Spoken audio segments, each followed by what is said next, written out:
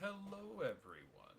I'm the okayest bassist, and this is the BASSics Volume 25. Don't have anyone who has confirmed they're available today, so stuck with just me. Um, I tried to think of a decent topic to cover tonight. Um, couldn't really think of anything that hadn't really been touched on before. So I wanted to kind of do a revisit of a few things I've done in some videos that I've uh, learned a little more on. So I am pulling up my video list so I can go through that.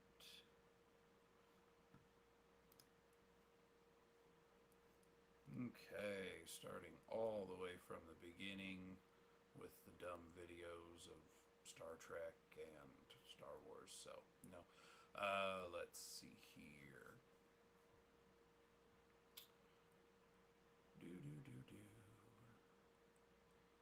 So, just touching on, I guess I'll just touch on each of the videos. If somebody else can join, then cool. I have chat up, so if anyone is in the chat, let's see. Yasmin, hello. Yes, hello. It's what I say at the start of everything. Hello, everybody. Let's see here. So, the ridiculousness of the first two videos. Custom EHB. Yep, that one's right there. Custom, because I did a neck swap. Thunderbird anti-neck dive arm. I updated that file so it can be printed in smaller pieces and then glued together. Still works the same, still kind of floppy, but hey, it's a way you can make a Thunderbird work without modifying anything. Root and fifth country fill. Other people have given information on that way better than me, but the too much input. So that's the hit your first note over to, well, down to over one string. So if you're playing something that's just whole notes, half notes, at least in country, a lot of gospel stuff, you can do the, it's an option. Uh, One I did today, I actually played at church today, so I was pretty happy. And then I get to play again next week, so that's even cooler. Um, one that I found today, actually looked up tabs for the bass line on the song No Matter What. If you know the song, cool. If you don't, it doesn't really matter if you know it or not. But it was way more complicated than I could play. But I did find that the rudiment of the tabs was just octaves. So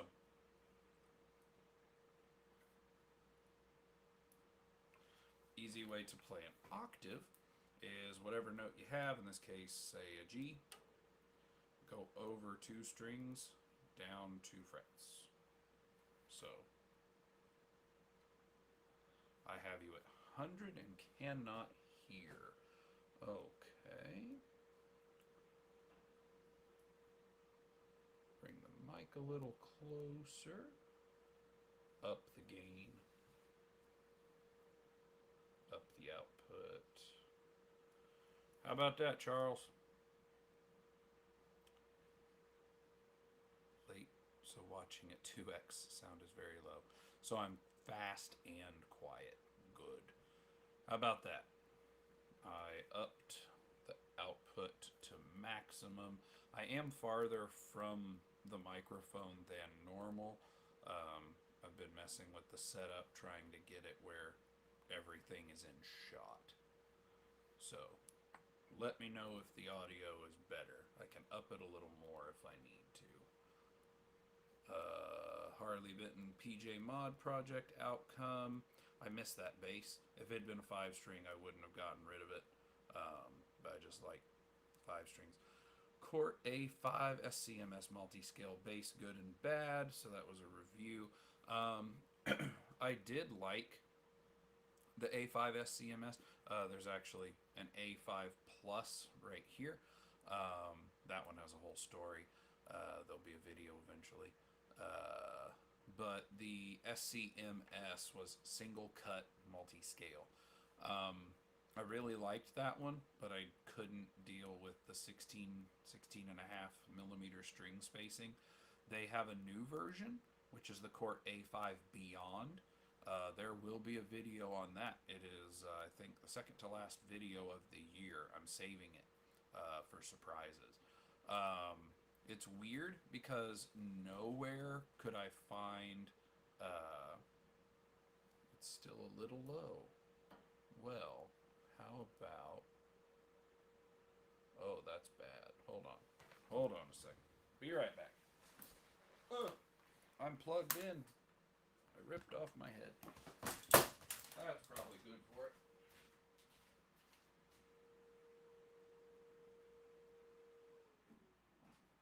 There. Turn that off.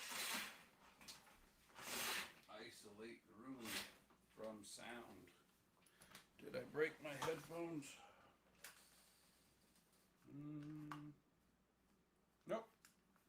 Cool. I did not break them, everyone. It's very good. Okay. How about that? Wow, that's really loud in my ears. Okay. Maybe that's better. I'm very close to redlining. I can also get closer if I need to. So, there you go. See how that sounds for you. Again, the SCMS, I'm going to drop that just a little bit because I was clipping. The SCMS was good. The Beyond is basically the same thing as the SCMS was, but has a Babinga top.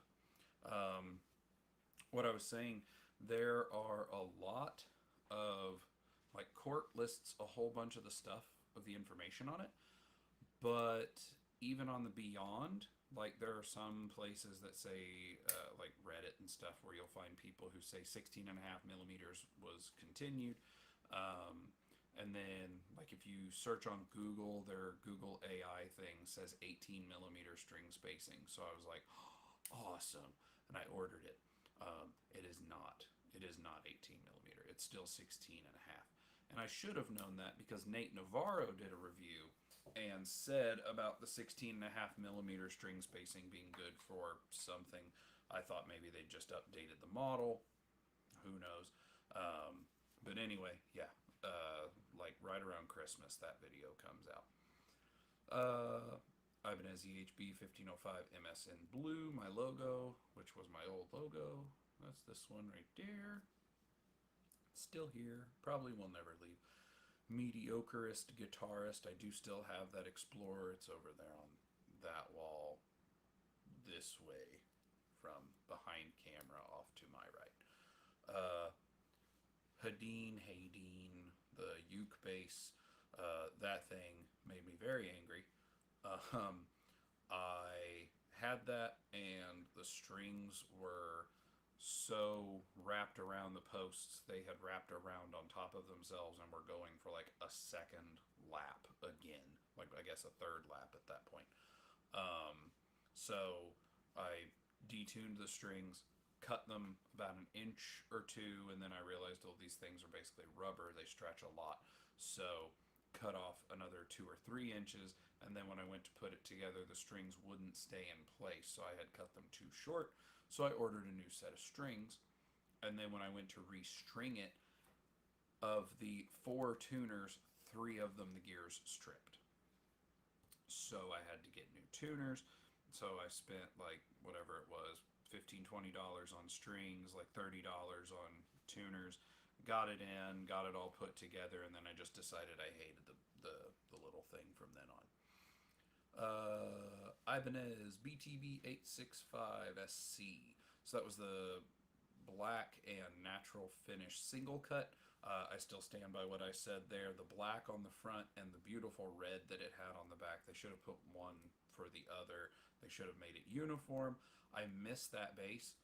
Knowing what I know now, I wish I had kept that base. I would have popped in a couple of EMG HZs, just saved the original pickups and electronics, or could have just sold those for probably $100. Um, I would have kept that bass. It was a very comfortable to play bass, but now I can't find any anywhere near in a price that I'm willing to pay for a bass that isn't super light and ergonomic. Uh, the Jackson Spectra that I got from Bully, I got it because Bully made me a great deal. I'd never played a Jackson bass. I liked the color of it, it looked cool.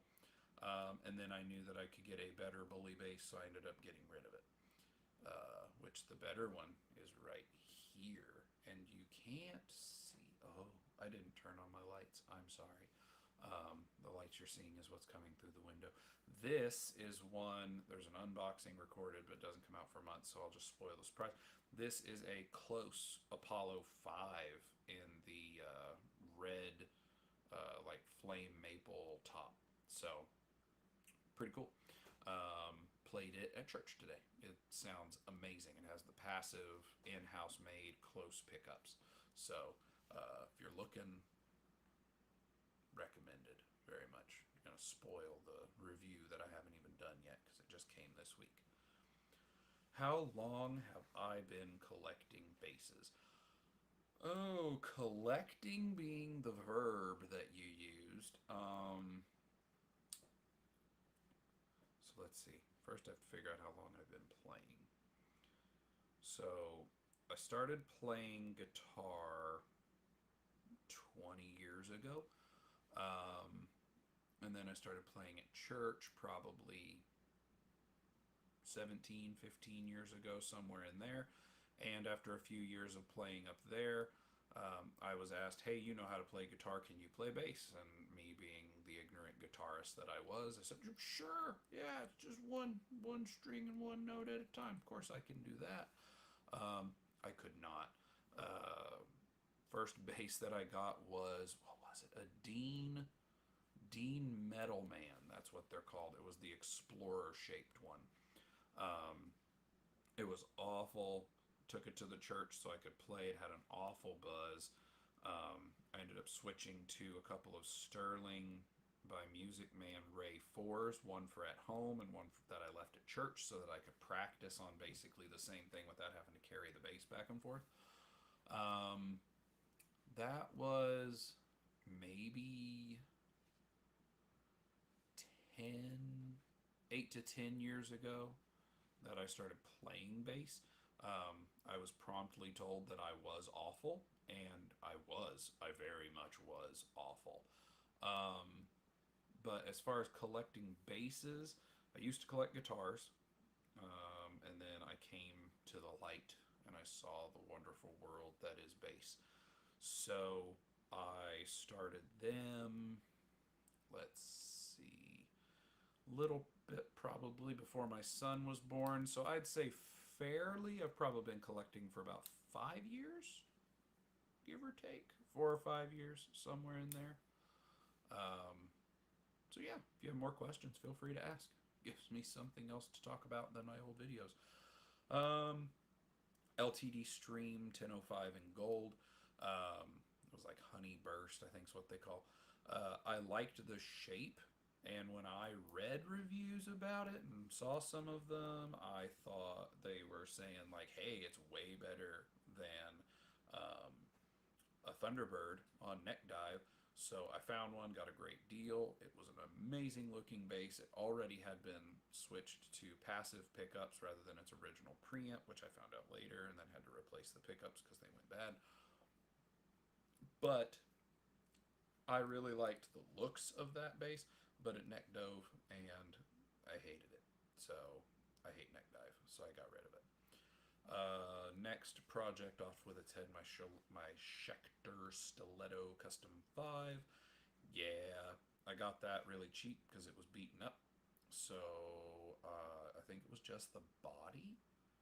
But yeah, I think it was just the body, and then I had a neck and I chopped the head off of the neck and put a cheap from like Timu, AliExpress, whatever, wireless or not wireless, headless tuning and string retention system on it. It was pretty cool. I didn't like the bass. I didn't like the shape. It didn't balance right. I think stilettos look really cool. I just don't like them themselves.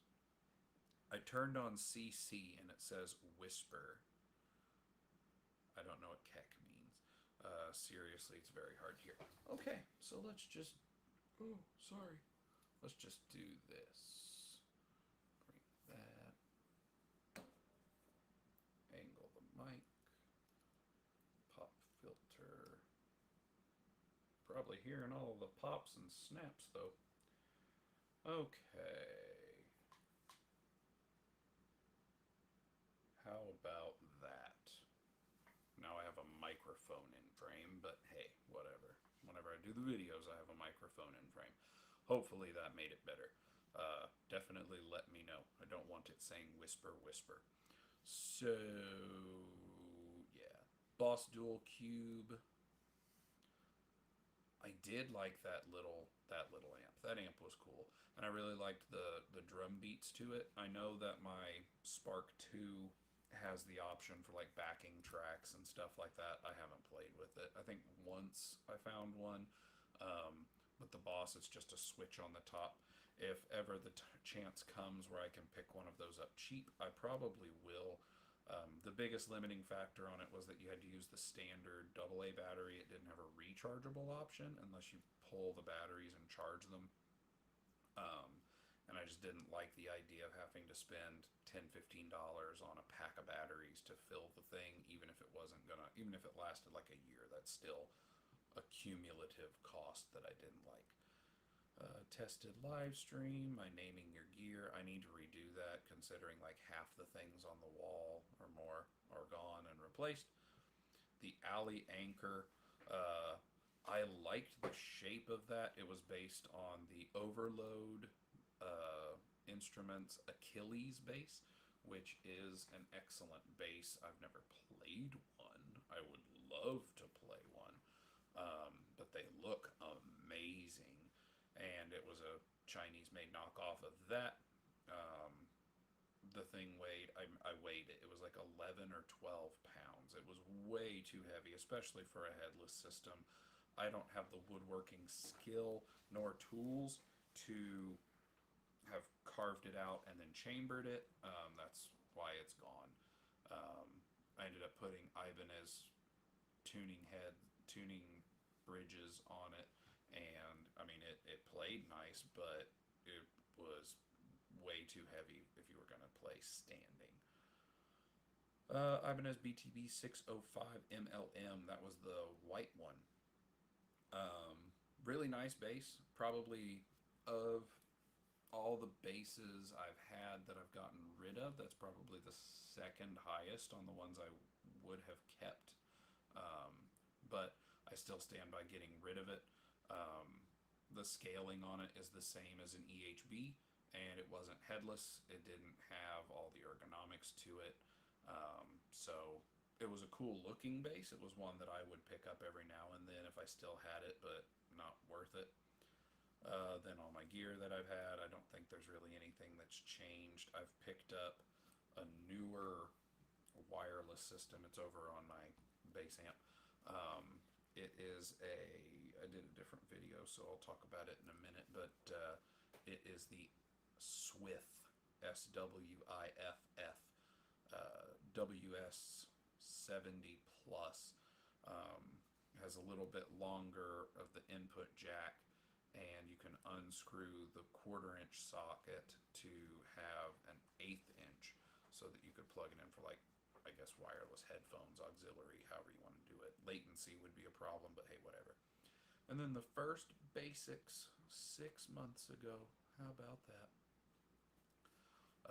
Ibanez BTB 605 MS. That was the bluish green one. It was the Dingwall scale. Couldn't find strings that I liked to fit it. I have now. Company called Pyramid Strings. I'm thinking I might do a video on it, but it's going to be part of another video, so I'll just talk about it. Um, Pyramid Strings, they're out of Germany, and they will custom make tape wounds. Amazing. I don't know if they do color differences. Mine were in black because that's just what I wanted. Um, but they custom made them. Now shipping was like $20. Um, I think all in all the strings were like 80-ish dollars, but 80, 90 somewhere in there with the shipping. But they custom made the strings. They had them made in a few days and then shipped, and I had them like within a week. They are on, well, one way or the other. This. It's a Dingwall D-Rock. It is not exactly what I wanted when it came to a Dingwall. I wanted to get one of their new white finishes, and I was hoping I could get it with a maple neck with a maple fretboard. No, no. I asked at NAMM, and one of the folks working the Dingwall booth basically was like, "Yeah, that shouldn't be a problem. Yeah, just email our salespeople, tell them, hey, you want one of these maple necks like off this model, and put it on there."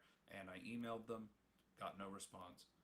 Emailed them again 2 weeks later, got no response, and then like the third time I think that I went through the website's contact us section, I finally got an answer, and it was, if you want that, you're going to have to do a custom shop order, not us. Like we don't do that. And I was like, oh well, that sucks. Um, my brother-in-law said I should have pulled the EHB setup, and I should have just bought one with the maple neck, and I should have bought one without the maple neck, and then done the neck swap and sold the other. And I was like, yeah, but you're going to lose money doing that, so I don't want to do that.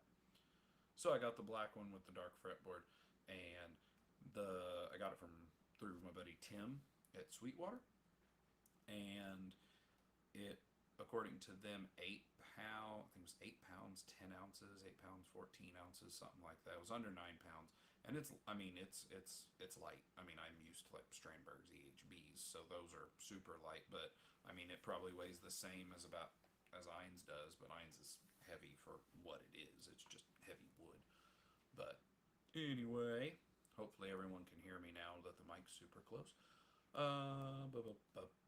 EHB fretless. Yep, got that from Sono. I pulled it down and messed with it today. I am not a fretless player. I will eventually learn about it. Positive Grid Spark 2. Still have it. It's right behind the iPad. It's good. Took it outside the other day. My wife wanted to go sit out on the porch, and I wanted to go sit with her, but I wanted to play bass. So I brought it with me with the wireless transmitters, and there we went. Wireless system comparison, I believe I only had three.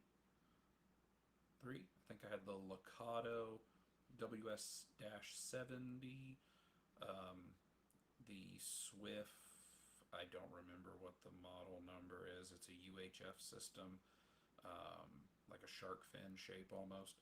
And then the Positive Grid Spark Link, which I can say going from there, like the Spark Link got broken, the housing broke. They just told me keep it and refunded me.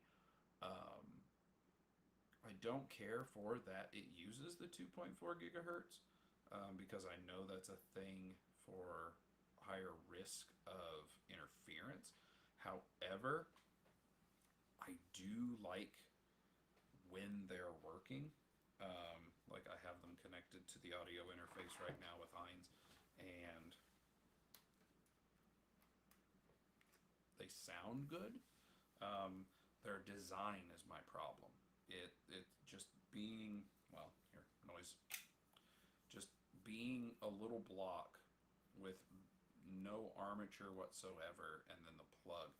It's very limiting in my mind on what you can actually use it on. You can't, like this Ibanez 505, can't plug it into that. The jack on the front's dumb, but you cannot use the Spark Link on that. There are some guitars that I've seen you can't plug them in. There are some of the Strandberg, that has the jack in the back, you could plug it into that, but then you're just going to have a thing pointing out at you while you're playing, unless it's pointing like, unless you can get it plugged in somehow that points straight out the end. I just don't like the design of the housing. Um, it's probably the one that works the best. The battery on it's definitely better. Um, but I mean, if you plug in your wireless system every week, you're gonna be fine. Unless you practice a lot and then just plug it in every day. Sire Z7, that one had issues, so of course it went back. Then I got actual microphones. Thanks to the comments of certain individuals, I got microphones and an audio interface so that I could be heard and not with a whole bunch of static. Not going to mention any names. Kit bass, that was a cool bass. It was heavy, Explorer, body style, and played well. I ended up, the nut broke for the G. Like, I came in one day and I noticed the string was like off the neck, and I was like, holy crap, what happened? And the end of the nut that helped retain the G string, because it was at a sharp angle, had broken. So I had my wife 3D print a new one, and it worked just fine. And then I sold the bass. 505 Aurora Black, but it's purple, green, gold. Hey, it's just like this one. There's a separate video coming out about that one in particular, highlighting what the differences were between the one that I had that I liked, but had the fatal flaw of the jack on the front. And then 2024 synopsis, that was an hour and 14 minutes, and for some reason 183 views. 183 views. I don't know how YouTube counts views. Like, I don't know if they say, hey, someone watched 10 seconds of your video, you got a view, or if it's you have to watch a percentage. But if half of a view, if a view is like half of the watch, that means that there are 90 hours having been viewed of that video. And I just rambled and rambled and rambled, which is what I do anyway. So, hey, someone in one of the comments wasn't happy because I don't do playing in my review videos. And I get that a lot. And I understand. Some people want like Lobster's videos where she goes in and she plays 35 minutes of a 45-minute video. I don't do that because I'm not that good of a player. And I don't want to like noodle and play like 28 good notes out of 500, and then someone just be like, why would I even listen to this guy's opinion? He's awful. And that's true. So if I don't play, they just get irritated. But one person had, I think the comment was something like, dude or bro, really, I just watched 15 minutes or so of you waffling on and on and on, and you didn't even play. It's like, yeah, that's right. But now I have multi-audio videos that are out, which you don't have to see me play, so you don't get blinded by the glare off of my head or anything. But I do record the audio. I show what the signal chain is. I record the audio, same clip, same snippets of super easy to play popular songs, like things you'll learn when you're, first learning how to play. And then you can make a direct A-B comparison between those basses. That's how I wanted to do it. So that's what I do. I do have other videos of me playing coming. I have a bunch of other videos in the queue. Let's see. Recording videos part 1. Yeah, quite a bit's changed. I'm in a different room because I'm in the studio that my wife let me set up, that she started setting up for me. I'm still using an iPhone for the recording, and at that point, I used the, I think it's MXL V250. I can't see it. That's the video recording microphone, which is actually directly above my head, folded up in a mount that I put on the wall. Still edit and do everything on the iPad. Now I do the live streams with the iPad because I found out that the camera on the iPad Pro is pretty good, especially since I only stream in 720. And then I don't have to fight with the webcam that kept being weird. Then part two, yeah, I still use all the same stuff. I still use the Focusrite Scarlett. So that's all pretty much the same. Unboxing my custom lignum art. Boom! It's Eins. His name is Eins because I really love the anime slash manga Overlord. So if you don't know it, that's your loss. You can find out about it or not. That's your choice. You can remain ignorant of an awesome anime if you want to. Best price, who you going to call? Spoiler, if you haven't watched that video, since only 56 views have happened on it, 2 months, ask. There you go. If you're in local mom and pop shop, if you're in a guitar center, if you're messaging someone on Reverb, hey, what's your best price? Okay, that's it. Like, someone's got a bass listed for $600, like, I don't know, a Sire Z3 or a Court A5 SC, A5 plus SC, I don't know, these two. I have both of these on Reverb right now. If someone has something listed for $600 and you message them and say, hey, what's the best price? Hey, what's your bottom dollar? Hey, how low can you go on this? However you want to put it. If they turn around and they go, I could go as low as $500. Don't turn around and be like, oh, well, I could do four. Don't do that. Don't be a jerk. Don't be entitled. Like, they have a thing listed. They're trying to sell it and get money. I understand you're trying to save money. Now, if it's you message someone who has something listed at $600 and you're like, hey, what's your lowest price? And they go, oh, my lowest price is 500. And you go, okay, completely understand. If you ever find that you can go as low as 450, feel free to message me. I've done that. It's not a big deal. You're telling them, hey, I understand you're trying to get what you're trying to get. I completely respect you for that. If you have more wiggle room, this is where I'm comfortable. And then just leave it at that. There you go. Testing your setup. It's very simple. Do a setup. Test it. Finger on the first fret, finger on the 13th fret, and tap.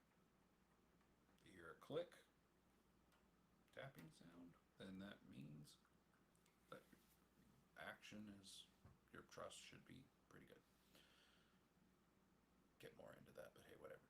Awesome Wife's new recording studio. Yep, because she set this stuff up for me. Then I had some out of order stuff that I'd already recorded. Unboxing of the Sterling Ray 2. Cool news on that coming in the future. New hidden mic setup. I had the mic out of screen because I didn't want it in screen. And then I was told by not just people on YouTube, but also my brother-in-law, who is he's done productions of stuff, and he's a graphic artist, and he was like, yeah, people don't care if they see your microphone, you need to have the best audio possible. So I guess from now on with live streams, I will have the microphone here. That way people can hear me, because apparently we couldn't. Lignamart Eins, how I designed it. Yeah, that's an hour of me just reading. So if you like my voice, which some people do, you can go listen to that and listen to it when you're about to go to bed. I'll just drone on about back and forth, just a two-person conversation that lasted months for a bass to get built. Best bass I've ever designed. Yeah, well, of course, the best one I've ever designed. It was the only one I had designed at that point. But there were comments, there were a couple of likes. It's had 245 views. Apparently throwing the word best gets the algorithm a little more excited. I still love Eins. Eins is still my favorite bass in the collection. Not surprising. It's not the most expensive in the collection, especially if you count retail, because the Strandberg right here, that one retails at like 24. I got it for 1972. And then the Close, that one retails I think in the 3,000 range. Got it cheaper too. I mean, they retail for higher than what I paid for Eins. Now, granted, I did have people like Hondo and Bully, Sono, and Floof, all who tried Eins when we were at NAM. Bully said he wants one just like it, but in different colors to be for like a football team. And Hondo liked it, not his cup of tea, but liked it. And both said that, they wouldn't be surprised at all to see it in the 3 or close to 4,000 range for price. So, hey, there you go. Oh, my close unboxing, which was the close ukulele bass. I did a little bit of playing in that, but unfortunately, my experiment on tape wound strings for that short of scale did not work. Sterling Ray 2 review, where I'd done the modifications, changing out the pickup and the pickguard. I mentioned it earlier, cool news on that. So the cool news on the Sterling Ray 2, I had announced it last week during BASSics, that there is now, I put together a Patreon. The whole thought of the process of the Patreon is very similar to Johnny and Chris on their In the Pocket podcast, where any money that comes in through the Patreon is simply used to buy stuff for the channel, whether that's pedals. I've had people ask me if I've tried out pedals. I'll try out pedals if they're cheap enough. Maybe just buying cheap basses like Musician's Friend, Guitar Center's daily picks or stupid deals of the day, to get stuff there that's inexpensive so that I can get it. And then anything that I get using the money from Patreon will then be a giveaway once I've done the unboxing, the review video, and once those are out, the next live stream on BASSics, I plan to do that at the end of those videos. If I don't have enough money in yet to purchase gear, luckily I'm wearing the shirt today. My brother-in-law is the one who designed the logo for the channel, and then his wife has a Cricut and can do t-shirts, so she did this one for me, and that's probably what the first set of giveaways will be. If you want to know more about that, you can watch the video from last week. But the cool news on the Sterling Ray 2 is once I hit the threshold of, I'm kind of up in the air on it, but once I hit the threshold of somewhere between, I'm thinking 50 a month, if that ever happens, probably won't, but if that ever happens and I hit that, I have the Sterling Ray 2, and then I also have, I don't even know if the video is out for it. Probably not. Yeah, it's not. It doesn't come out until next month. The Sterling Ray 2 and another bass. I'll leave it a mystery. I have two basses that will also be prizes to be given away. But I want to hit a threshold before I go giving away a bass, kind of to incentivize people to sign up for the stuff. That way I have a little more coming in to be able to do more with the channel, because as it is, this year has basically tapped out my budget to buy stuff. There are a couple other surprising ones coming on the way,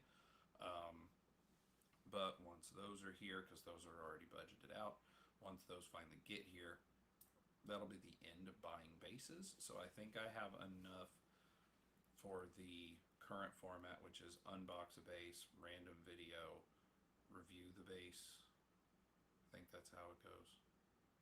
Probably 2 or 3 weeks, maybe 4 weeks between. I don't remember.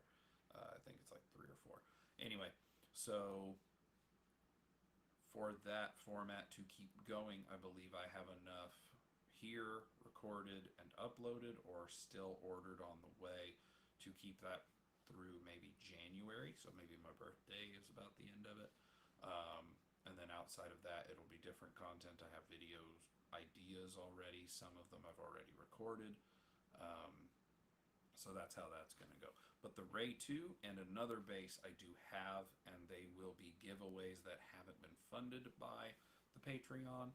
but they will be giveaways. But again, I want to hit, I can't decide yet what exactly the minimum. I'm hoping 50, but understanding realism of this channel, there's 152 subscribers, so the likelihood of even 5 people of that, that's one out of every 30. I don't imagine 5 people are going to want to go and do a $10, or even, I doubt anybody's going to want to do the $1. So we'll see. But hey, who knows?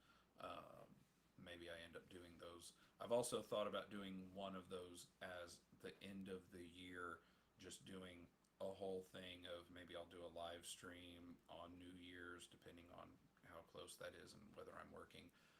I thought about doing a live stream at the end of the year / beginning of the year, and then seeing how many people come in, jump in the comments during that time, and then maybe the next BASSics from that, do a random number generator or one of the wheels that you can find online, and then maybe just do a base giveaway that way. I don't know. Anyway, back to the videos that I'm talking about that I've already done. WS-70 versus WS-70 Plus. I already said I picked the Plus because, if anything, just the jack that you can swap out. The Licato's no slouch, though. The WS-70 Plus that I have every now and then puts a pop, and I've not had that out of any of the others. Also, its receiver dies like twice as fast as the transmitter. So I'm thinking there's something wrong with one of them. But at some point, I'll end up buying a new set and seeing if they do the same thing. Unboxing a Bowden, Strandberg Bowden. I love my Bowden. It's wonderful. It's the most ergonomic bass I have ever messed with. And it sounds good. Best acoustic bass I've ever played. Close. Uke bass. Yes, absolutely. Unfortunately, Adam had me send it back, and I did not want to pay to buy it, so I sent it back. Although, I have talked to Adam, the owner of Close, if you don't know, and he has talked to me, and we've gone back and forth, that at some point in the future, we are probably going to have some other instruments coming from Close to do comparison and contrastion video. Contrastion. I don't know if that's a word, but it sounds like it is. Multi-bass audio, that came out 2 weeks ago. I just described it a bit ago. EHB on a budget, the Hills HNB5. That is floating around to a few other of the bass friends here, for them to do reviews as well. So that's cool. Also, oh, okay, I was really confused because I saw a video that I did not know I had posted. And that is because I had posted it to send it to somebody. It was actually an opening of this court, and it was because the person sent it. It came internationally, and the person had specifically requested a video of it being opened to confirm that, like, while it was being opened, somebody didn't like throw it to the floor. So yeah, there you go. EHB on a budget. The Hills. The Hills bass should, yeah, that's May 14th for its review. Pretty interesting. I did confirm, because I have a Cort Space 5. It's the same hardware as the Space 5, so I would suspect that the Hills bass was made in the Cortex factory. An ergonomics meat bass, Strandberg Bowden review. Like I said, most ergonomic bass I've ever played, and it's lovely. So, if there's anyone in the chat and you want to know what's coming, I have said now every video on the channel that is out. There are 1, 2, 3, 4, 5, 6, 7, 8, 9, 10, 11, 12, 13, 14, 23 other videos already uploaded and slated for release. So if anyone is out there in the chat, because the stream's already been going for 55 minutes, I usually like to keep them to an hour. I do remember 10 minutes of it was the intro, so don't worry. If there's anyone in the chat right now who wants to drop a comment and let me know you want me to keep going, I will touch on a few of the other videos that are to come out, just as a spoiler and little appetizer of, hey, here's stuff that's going to be out in the future. But if there's nobody, because for some reason Restream, normally for me, it's like right here, and it tells me how many people are watching. And it's not done that the whole time. So anytime I've seen a comment, it's been interesting because it doesn't tell me that anyone is watching. So, yeah. So if I get a comment here in the next couple minutes from anybody saying, yeah, go ahead, tell us about what's coming, then I will describe and say some of the videos that are going to come out. If anyone has questions, like Yasmin, I hope that's the way I'm supposed to pronounce that. If it's not, I apologize. I said it wrong, because I did, and I hope I didn't. But any other questions, happy to answer them. I really don't care about answering questions. Like, you can ask something that you don't think I'll answer, and I probably would. Until then, I'm going to play some songs that aren't hard, because I want to fill the space. Well, maybe I will. It looks like my wireless system enabled its power saving mode because it thought that I wasn't doing anything because it wasn't sending a signal. So I will turn that back on. Now they are turned on, and I will play simple songs for just a couple minutes.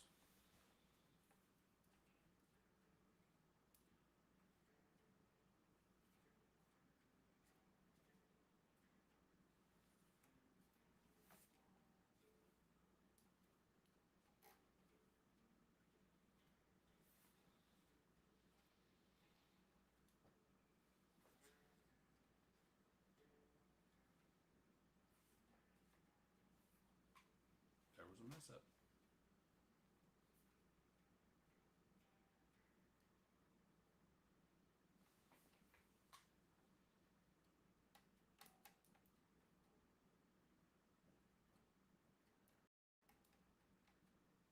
Feel good. Feel good. Here's a song I know the whole thing of. It's Toto's Africa.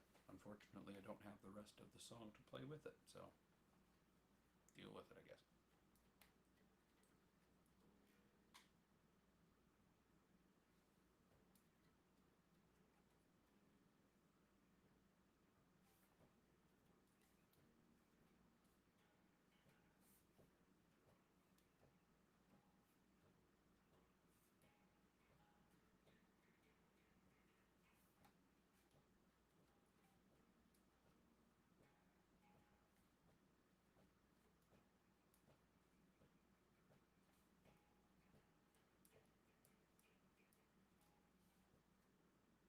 Anyway, so far nothing. So I guess I'm gonna go ahead and call it here. Maybe next week I will go through and talk about it. I do want to go over. I was originally thinking I'd probably do it in like July, since that's, you know, the halfway point of the year. Thought about doing a like, here's the plan kind of video. Maybe I will. Maybe I'll do it first before that. I don't know. But there are a bunch of videos. They're already there. Excuse me. However many I said, I don't remember. But I definitely have enough slotted, slated, whatever you want to call it, through the end of the year. And then, of course, I would have the, year wrap-up video. Then, like I said, for what I've ordered, that I would do unboxings and reviews, or things like this quart. I didn't do an unboxing because it came from an individual from Reverb. So I've kind of come to the conclusion that I'm not going to do unboxing videos for stuff that comes from individuals, because when I package something, it's not packaged like nicely. It's packaged well enough to get it there.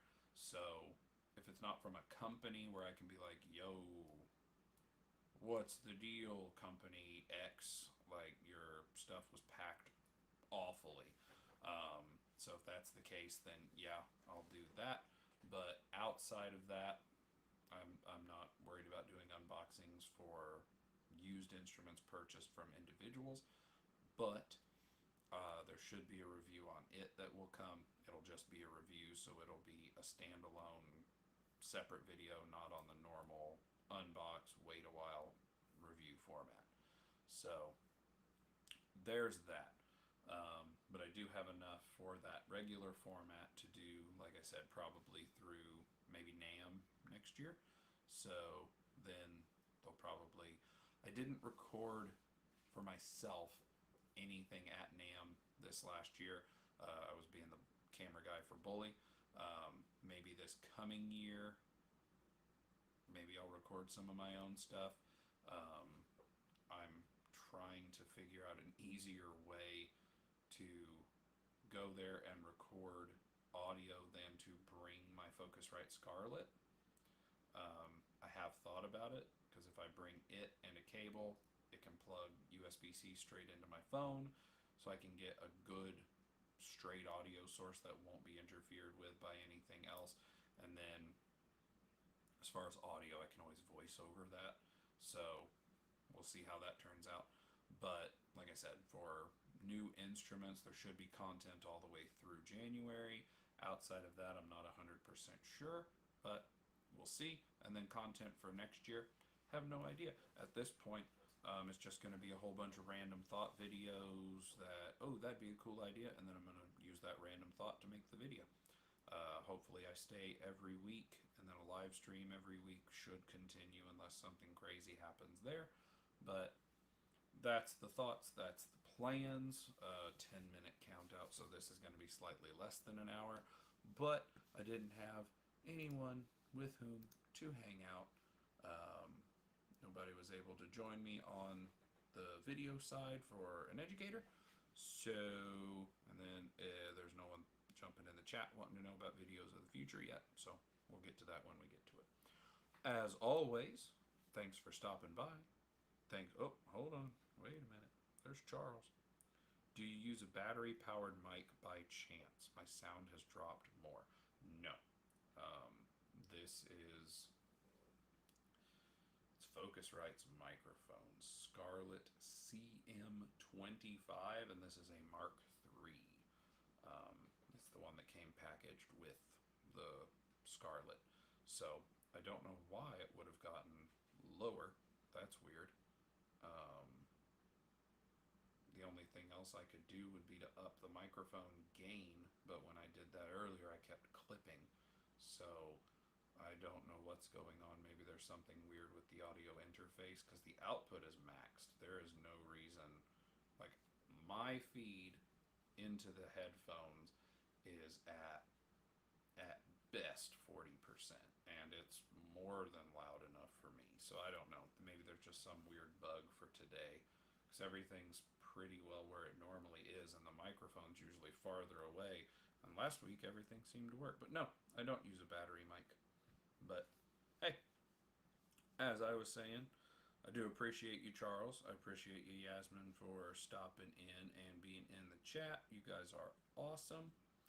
As always, to anyone who did, thanks for stopping by. Thanks for watching. I hope you have a wonderful day.